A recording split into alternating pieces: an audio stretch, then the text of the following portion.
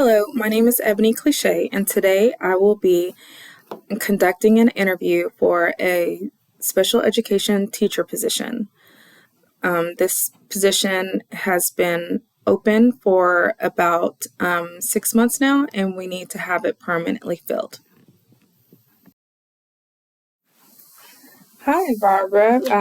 Weary? Barbara, is that how you pronounce it? Yes. Hi, thank you for coming in today. So, I just have some questions that we'll go through. You have the questions there as well. And we'll get started.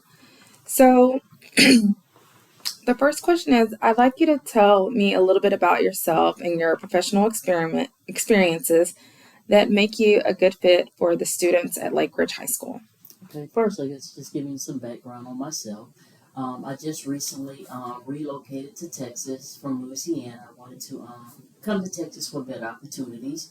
And they say everything is bigger and better in Texas. And so decided to relocate here. I've been teaching for over 25 years, and I've been in various areas. My major was health and PE, and I also coach as well. I've been in several different areas with SPED. I've been in self-contained, where I taught English and math. I've been in school suspension. I've been a behavior interventionist.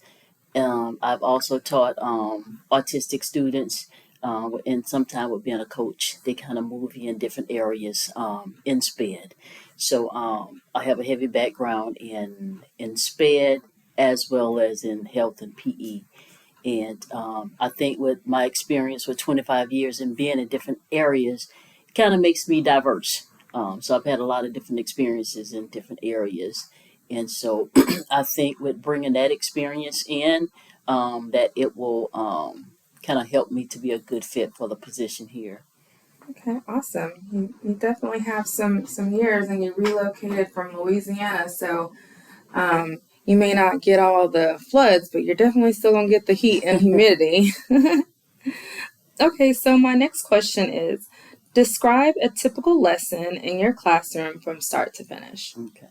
A typical lesson looks like first I start out with the bell ringer, and then in the morning sometimes you have to get the students going on the flow. So I start out with like whole group instruction, where everyone is kind of participating and doing things together, and then after we have whole group instruction, then I go and review the lesson from the previous day, so we can do a recap of everything that I taught. After we do the review, then I take and introduce the lesson for the day, go over the objectives, and everything that we'll cover for the day. And that's normally about, I guess, about 30 minutes. And after I cover the lesson, I like to do like a group rotation, where I may pair the students according to their ability. And then that allows me to, when I pair them in groups, I can rotate to various groups and help different students, because some students they can work independently. Some students may need more assistance than others, and then that way it allows me to have my parents interactive to where they may be able to work with a group of students. I can work with a group of students, and then we can have those independent students working by themselves. And so we kind of rotate to the different groups to assist them. And so after we do our group rotation, then we kind of do a recap of the lesson, and we'll do something like an exit ticket, where we, talk with the students and, make sure they, understood the lesson. And then that way I can see what I need to review and reteach. So that's kind of, a vision of my classroom. Okay, thank you. So, my next question is, explain the methods that you use to communicate with students and parents. Okay, with parents, I not only communicate via email because sometimes you need to have a relationship with a parent, to where we communicate via phone, so not just through email because everyone doesn't check the emails, Right. And so I like to have my parents' phone number so that way, if I need to collaborate with them, what's going on with that student. So I try to have a relationship where it's on a telephone basis, communicating with those parents. And as far as my students, it's just I kind of just verbally express, Mm-hmm. um, you know, what I need them to do. So just open communication with them about the needs, expectations, that I expect for them. Okay, and so in the position that we're interviewing for, some of the students are nonverbal. So, how would you communicate to a nonverbal student that needs assistance? Okay. I've had nonverbal students in my classroom, and sometimes we use different forms of communication. Just say if it was hand signals. Mm-hmm. Say, for example, I had a student who was nonverbal. Whenever he needed to use the restroom, we used the finger technique. If it was one or Mm-hmm. number two, you touch number one, number two. And then after you get to know your students, I can tell from some of his verbal expressions, maybe if he needed help, by looking at facial expressions. I can tell maybe what his needs were. Like if he needed help, I can maybe visually see that he was struggling. So I paid attention to his, I guess his posture, body Mm-hmm. posture, as to different ways that he was trying to communicate with me. If he was upset, nod gestures. So just several different things that I had to kind of tune into, if that student was nonverbal. So, in some of our students um, use assistive technology to communicate. Are you familiar with that? Yes, yes. I've had students in my classroom that had the AT devices, and Okay. where it had like the different emotions and expressions on there, where they can just touch the picture. It was Mm-hmm. either visual, or they can even maybe make a sentence. Okay. So yes, I've had students in my classroom that use the AT devices, and some of them have the devices and prefer not to use them. But of course, the parents want to, well, they have the AT device, but if that student really doesn't maybe feel comfortable, Mm-hmm. I kind of develop a means of communication with that student, Okay. if they don't use that device in the classroom. Okay, great. Thank you. So, my next question is, what methods of assessments do you use to know that your students are truly learning in your classroom? Um, Different methods I use.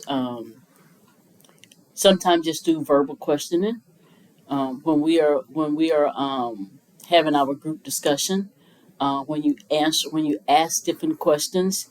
Mm-hmm. So question and answer session, to determine maybe if they understood. And with the review session, of course, you can use the traditional paper and pencil test to see if they understood the lesson. And let's see what other methods. um, I said paper and pencil, verbal answer. Those are two ways that I use to see if they understand. Thank you. Okay, so my next question is, what steps would you follow to deal with a student who displays consistent behavior problems in your classroom? Consistent. That's okay. Um, several techniques that I've used. Um, of course, first you try to talk to that student. Um, explain to them what the rules and regulations the classroom are. And if it continues, I also try to contact the parent and to try to discuss with them, because sometimes parents can assist with the behavior problem. But generally, I try to, I guess, handle my behavior problems in the classroom. Sometimes I don't like, say for example, I don't like to write a lot of referrals. Some teachers just Anything happens, I'm going to write a referral, I'm going to send it in. It really has to get to a point where it's really, really bad for Mm-hmm. me to write up a student. So I kind of give you a lot of chances. I'm for, trying to talk to you, trying to get to the problem and trying to, basically encourage you, like, why are you really doing this or whatever.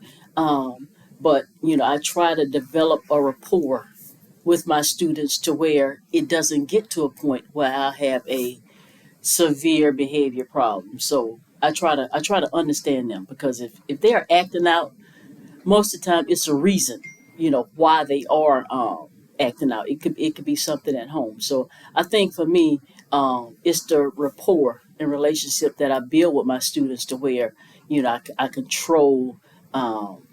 Different behavior issues in my class where it doesn't get to a point where it's serious. Okay, thank you. So, when you see students disengage during a lesson, what strategies do you use to re-engage in the learning? I may do just a simple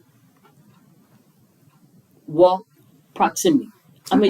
I just may walk near that student. If I'm walking up and down the aisles, so I just may go and stand or go behind them so they can kind of feel my presence, Mm-hmm. to see what's going on. And then after maybe just walking by, I try to pay attention to different signs and maybe signals. It could be something wrong with that student. They may be feeling well. They may be feeling bad that day. Maybe something happened at home that night where they just came to school and just maybe wasn't in the best mood. So I try to pay attention to various signs. Mm-hmm. If they're disengaged, or I may walk by and tap the paper. Oh, you need some help, and try to give them a cue. And maybe with me just coming by, that may kind of, oh, okay, let me start back working. Okay. So, can you explain the difference between teaching and learning? The difference between teaching and learning. Teaching is, I guess, if I'm up teaching a lesson, instructional lesson, and learning is on the receiving end. If that person is actually absorbing the information. So I see teaching as giving knowledge, and learning is from the aspect of if they are absorbing that information, and if they are receiving it. Okay.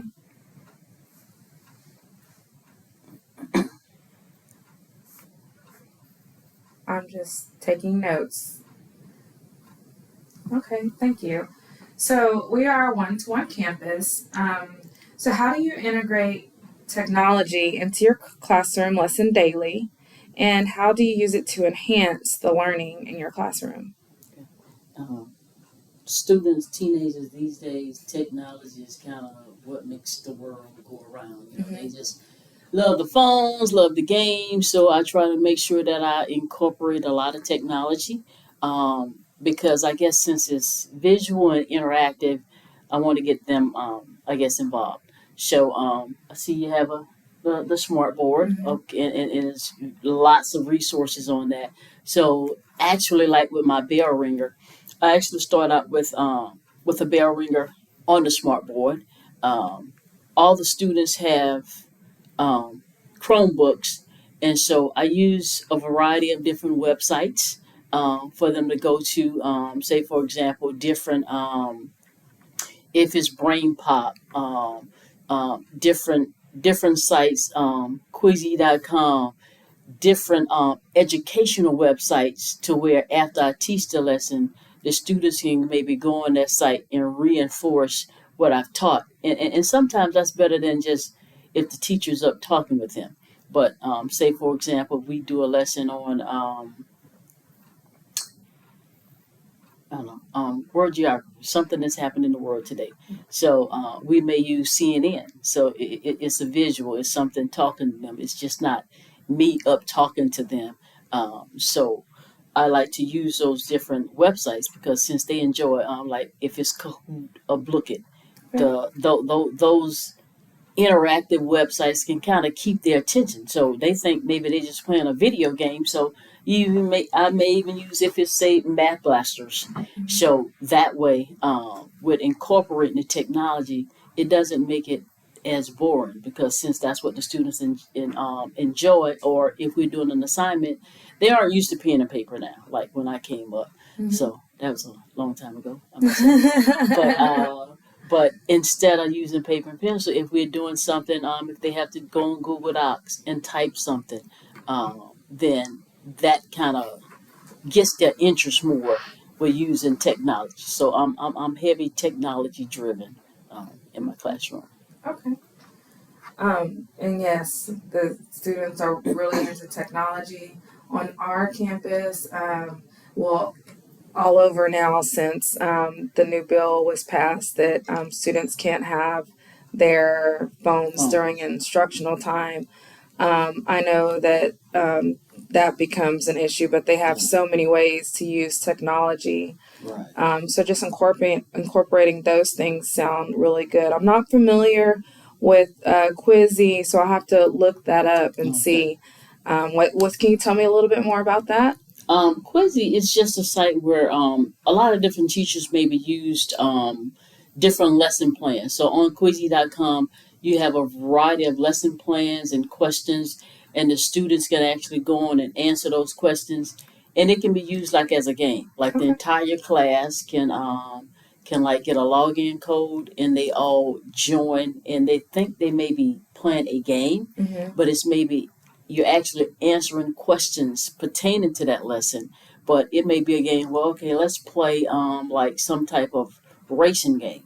So whoever maybe answers so many questions and get to that mastery point first, you're the winner. So for them, they think, okay, I'm just playing this racing game, Mm-hmm. but you're actually answering the questions pertaining to that lesson. Okay. But it's kind of like a speed type game, but Is that a free platform or is that something that your school paid for in the past? Both. Okay. They do have, how like some assignments, you may have to pay an additional price to Mm-hmm. unlock it, Okay. but it's actually you can use it for free. You don't have to pay for the extra stuff because I like free. So no, it isn't anything that the school actually has to pay for. Okay. Thank you. Something I'll have to look into. Okay. So I'm just going to give you a little scenario. So a parent emails you and is upset with the way you graded their student's project and feel that their student deserved a much higher grade. How do you respond to the parent? Okay, I will take and of course I will listen to that parent. See what their concerns are, because it's always of course when they call you they may be upset, but maybe they don't know the actual situation.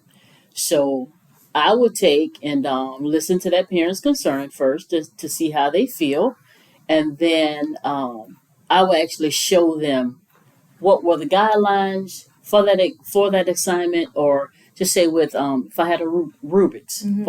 for that assignment, I would actually maybe show them that rubrics and show and let them know, okay, these were the expectations for this assignment. Mm-hmm. If we had 50 questions, if it was 2 points each, basic math, and if you missed 40 questions, then you 10 times 2, you received 20 on that assignment. Right. So showing them what the grading requirements were, and actually sit down and look over that assignment, and show them maybe what that student did wrong. So Okay.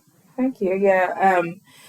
Most of our parents here are very engaged and they are in tune, they participate. We have a great PTA organization here, so our parents tend to be very involved. But using a rubric is kind of clear, like and cut, like this is what is expected.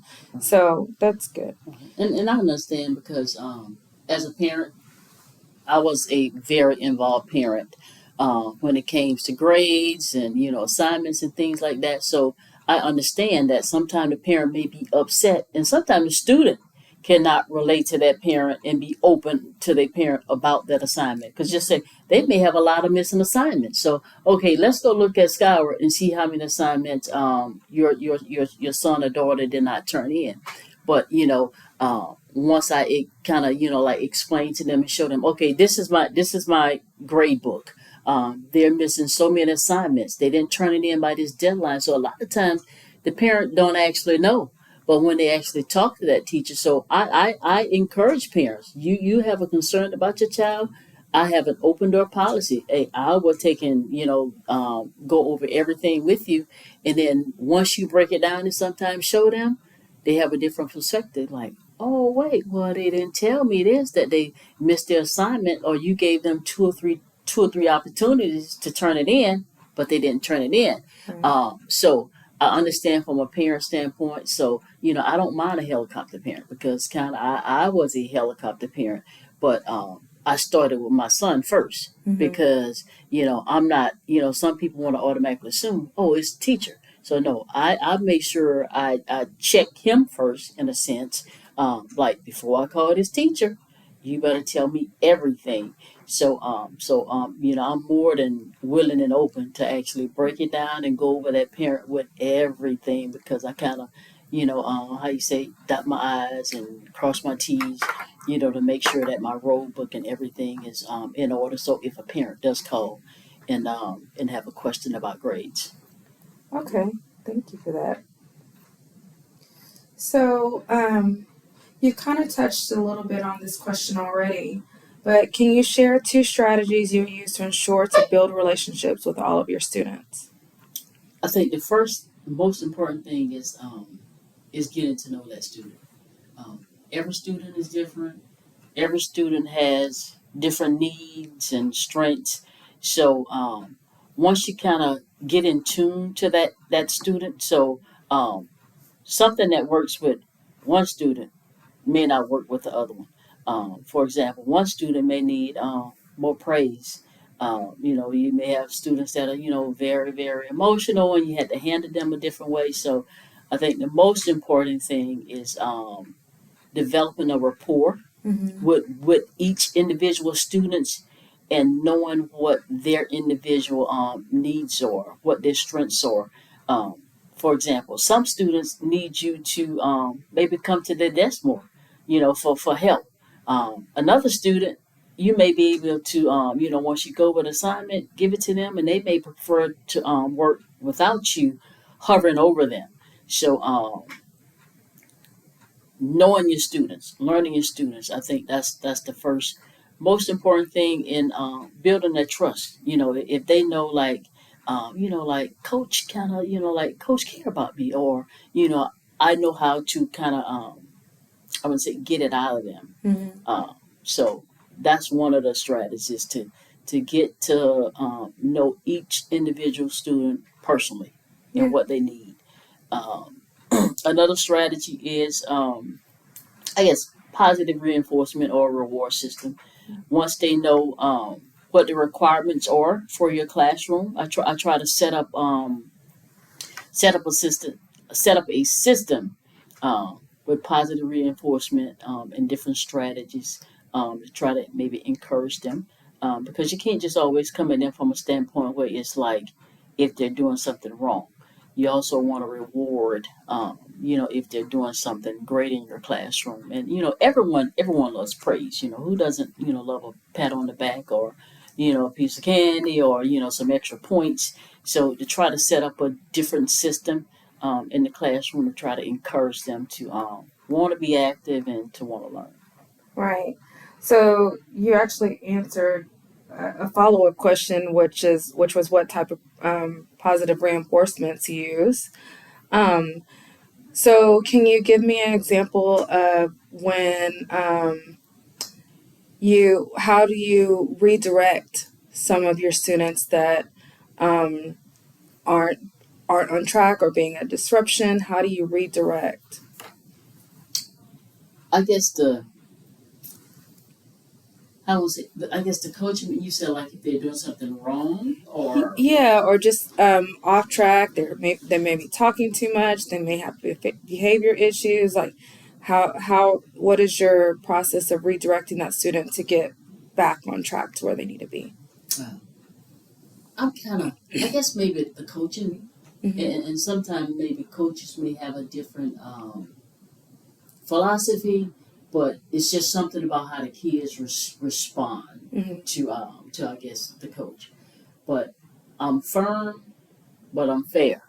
Mm-hmm. So coach will give you praise, and but if you're doing something wrong, I'm very big on, if the expectation is you're not supposed to talk. Um, Excuse Ben, no, we're not gonna do that. So I'm gonna address the problem head on. Mm-hmm. I'm gonna address it right then, and I'm going to correct it, because if you have a classroom where you can't control your students, and if the students are disrupting, then they're interrupting other people who want to learn. Mm-hmm. So I try to set an atmosphere to where, an environment to where, everyone can learn if you're comfortable. But for behavior, I'm gonna address it direct and not run from it.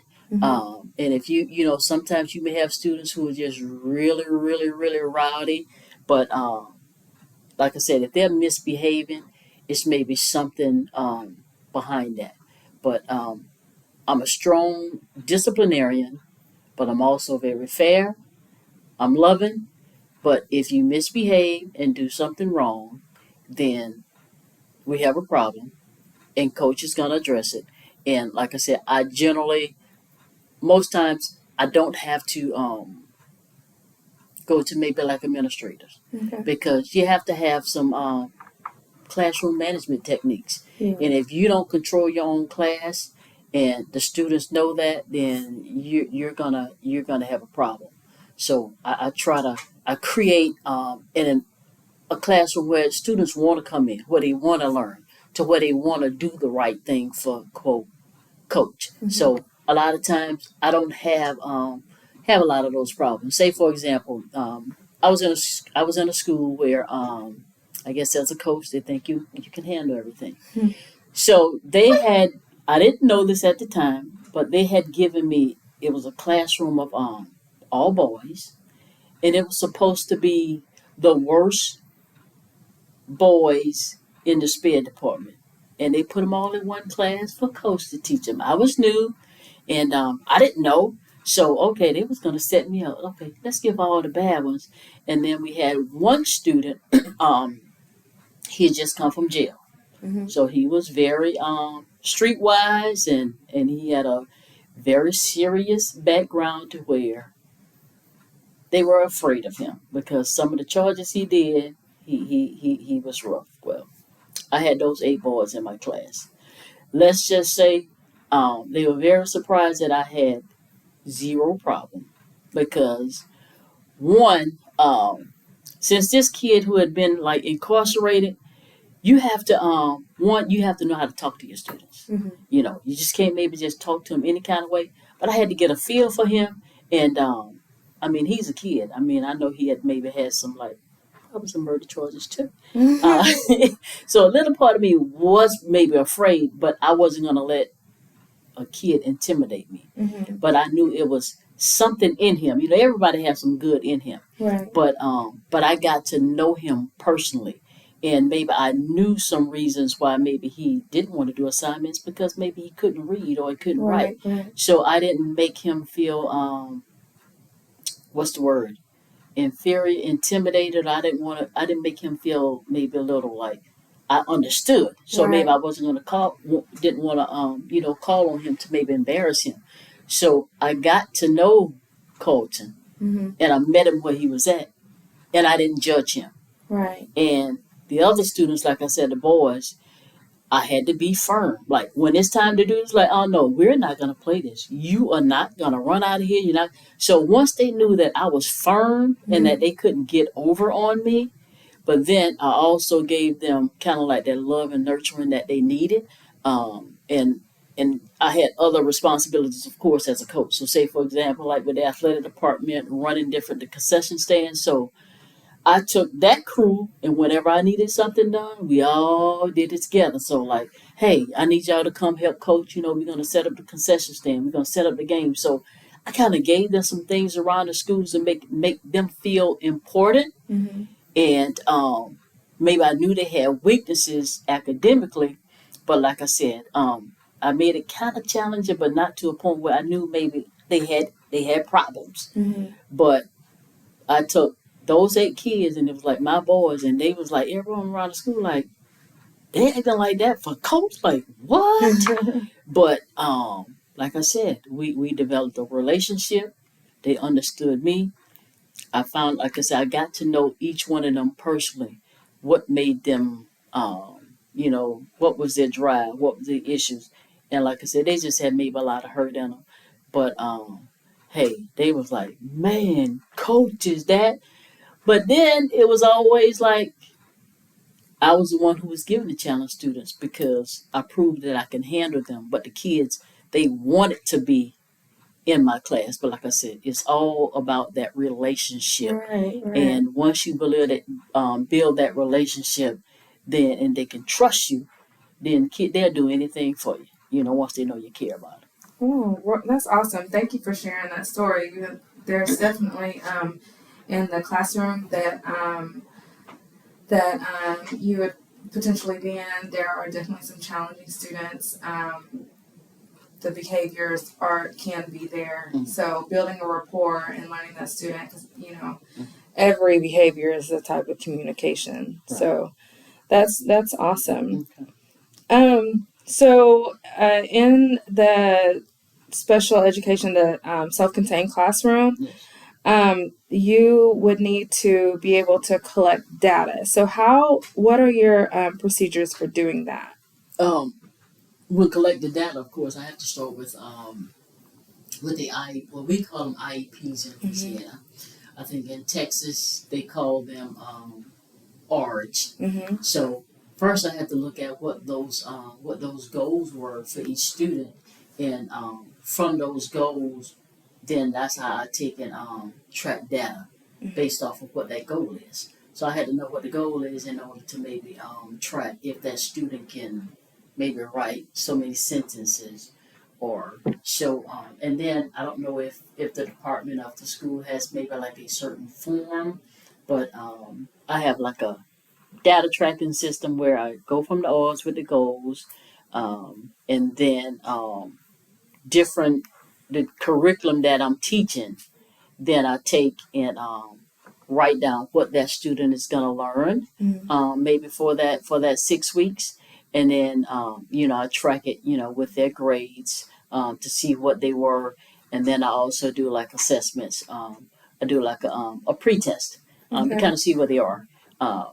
After that pre-test, then I do like a midpoint check to kind of see maybe after just say if it's after 2 weeks to kind of see if that student is actually learning what they've learned, what they haven't learned, and then at the end I do a post test, and that post test will let me know if they actually maybe achieve that goal or if I need to go back and reteach and review something.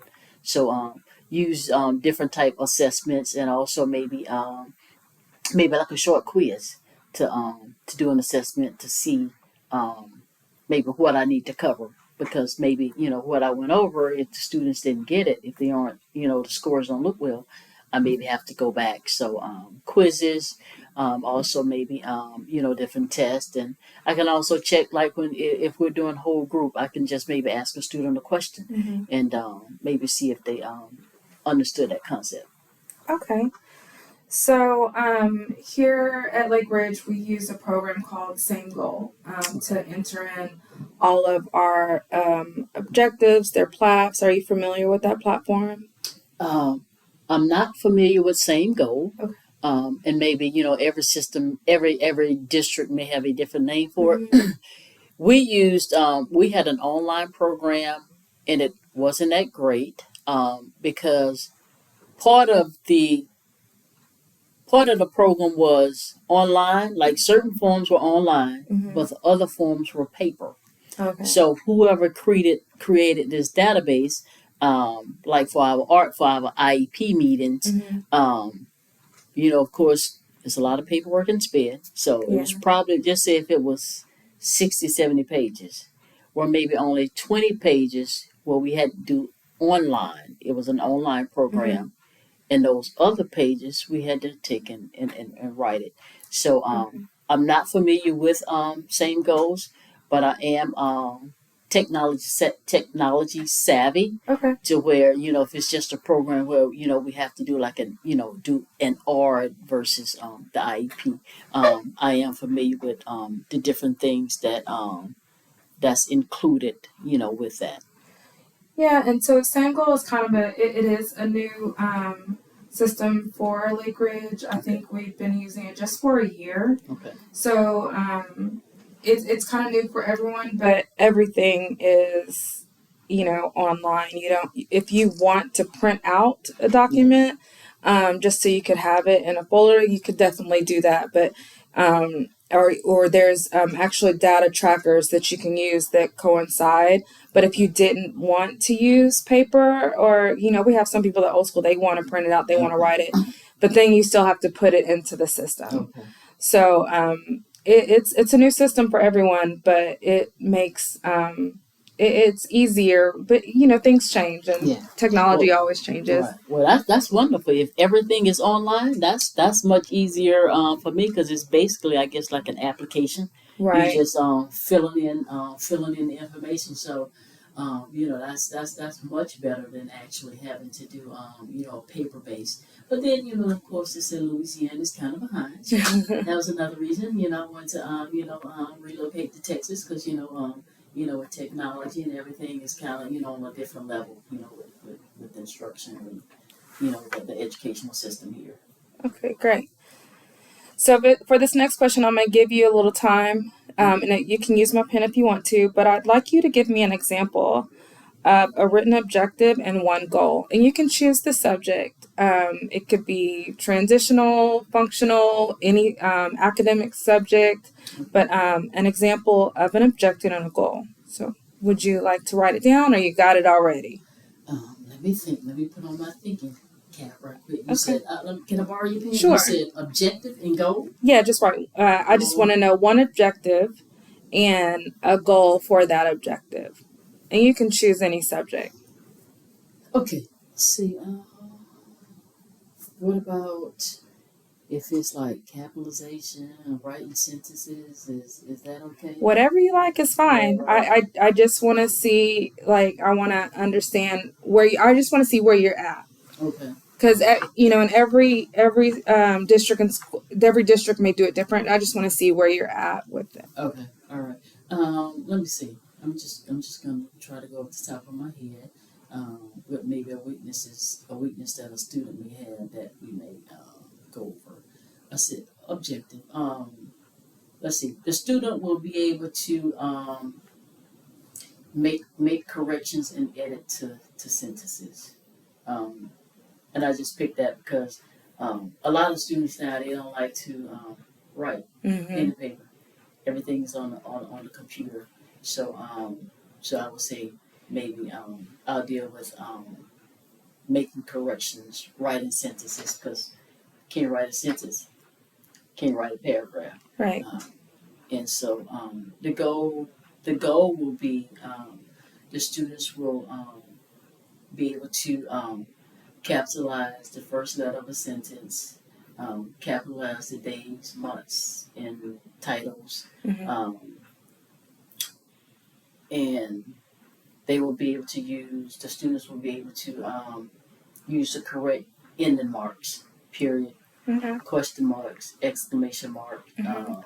So helping them to try to develop and write. I say start with sentence because we have to start with a sentence before a paragraph. So Right. I Okay. don't know what that. That's fine. Like I said, everyone does it different. Okay. So we usually like to say in how many weeks, right? Okay. So Oh, and you want me to write out the entire? Okay. yeah, Okay. I want to see what I want to hear what it would look like if you're putting it in the Oh. platform. Okay. All right. Let's see. In within You say you go by 6 weeks Well, we go for the whole year for the objective. for the objective. Okay. All right. By the end of the school year, um, the students will be able to write a paragraph with at least five complete sentences using the correct ending marks and punctuation, capitalization rules, and grammar. Um, the students will mastery will be determined by daily work tests, quizzes, and achieved in I think the scale I saw the scale was like at least 70. You had the 70 or above. Mm-hmm. So the students will achieve it in at least 7 out of 10 trials. Okay. So what would a goal look like? The goal will look like the student will make corrections using the correct capitalization with the weeks, titles. Okay. Thank you. So that is all the questions that I have for you today. But do you have any questions? Um, yes, I did. I did write a few down, but I guess I wanted to. What does the classroom setting? I see that we call it autistic Mm-hmm. class in Louisiana. Um, what does the classroom look like? Not actually a physical classroom, but in terms the student needs. Okay. What level of autism do the students have? Say for example, with the classroom that I had a TBI. They were probably like on sixth grade level. I had one student who had toileting needs. I had another student who maybe not like a two, but Mm-hmm. issues with maybe different types of food. Right. So, what is the autistic level look like in the classroom that I'll be teaching? So it is a very wide spectrum Okay. because you'll have 9 through 12. And then you and your co-teacher can figure out what that will look like in your classroom. You have some that are very low level and some that are more high functioning. Okay. So it just varies, with freshmen coming in. You kind of don't know what you got until you get it. So there is a very wide spectrum of what you will see in a classroom. We do like to have the teachers classify them in a way that if you're teaching the lower levels, then you're teaching all the lower levels in the same classroom, which will make it easier to scaffold those lessons in the higher levels. Like you'd be teaching the same instruction, the same subject, but you would just have different class periods to teach them in a very specific way. So it's not so much more taxing on yourself. Okay. Does that answer your question? Yes, kind of. And also, I wanted to maybe know about the different type needs. If it's behavior, toileting, like what type of maybe students. Okay. What are some of their needs? Okay. So in this last school year, we had a young lady in a wheelchair, and she did need assistance with toileting. She wore a pull up, but at various times she needed to go to the bathroom. So there is the toileting needs for a couple of students, but for the most part, their toileting is fine. There's a bathroom in the classroom. So if they have to go to the bathroom, they go to the bathroom. They have their privacy, and you would use your paraprofessionals to like assist you with that. If someone needs to go to the bathroom, just make sure that they're going to the bathroom and not eloping. So there's that. Okay. Yeah. All right. Okay. Okay. All right. And how's the collaboration with the sped teacher and the general education teacher? Because since the students will be going out to different elective classes, how does that teacher collaborate with me with those students? Being with the inclusion in the gen ed curriculum. Okay, so we're really big on collaborations. We don't do lesson plans because we, in lieu of lesson plans, we have PLCs. Okay. So that's when the teachers get together and discuss what the lesson plans are going to be, what the support that is needed. Our self-contained students, they go to a partner's PE, a partner's art, and a partner's theater. So usually what you would want to do at the beginning of the year, you'd want to reach out to those teachers, maybe have a talk with them. You'll collaborate with your teacher who she's been here for a few years. So she could probably lead that conversation and what that looks like, to kind of give a general idea of this is what you're getting, and making sure that the partners in the class, which is the gen ed students, are familiar and can handle the various spectrums of special education that they'll be interacting with. Because we don't want the general ed students to be afraid of the students, but so there needs to be some type of training for those students. So just giving those, collaborating with those teachers and say, this is what you'll have, and this is, maybe we could come talk to the students, do a soft introduction so they can be familiar with them. Okay. Yeah. Okay. And do they give us any type, maybe special training that we would have to do? So there is plenty of opportunities for development. We have a platform called Eduphoria where it has a list of different courses that you can take. If given offered the position before school starts, we have professional development where we have breakout rooms where you're able to collaborate with gen ed teachers and also get the training that you need for the required training for special education as well. Okay, so if you don't have any more questions, then I think that's about it. I just, maybe look forward to the opportunity. We're working in the district. I've heard, great things about, Mansfield, ISD, and, I think they just, how you say, nothing but positive, with everything, with everyone that I've, communicated with to find out about the district. And, right.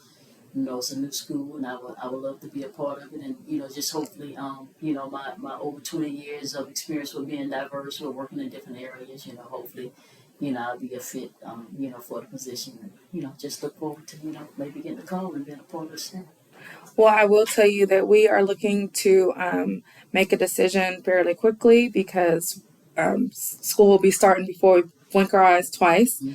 So I would say, just in case, have your references up to date because that is a big thing that we're going to have to call your references, and it needs to be a previous principal or AP from your last school, at least one of those. Okay, all right, and I have my my former principal, as one of those references, as well as the chief of staff from the district. Okay, great. So regardless of the decision, be looking for a call within like 2 days. We have a few more interviews to conduct. So within 2 to 3 days, be looking for a call. Okay. All right. Okay. Well, I appreciate you coming today. Right. Thank you. Have a good day. You too. So that concludes my interview today.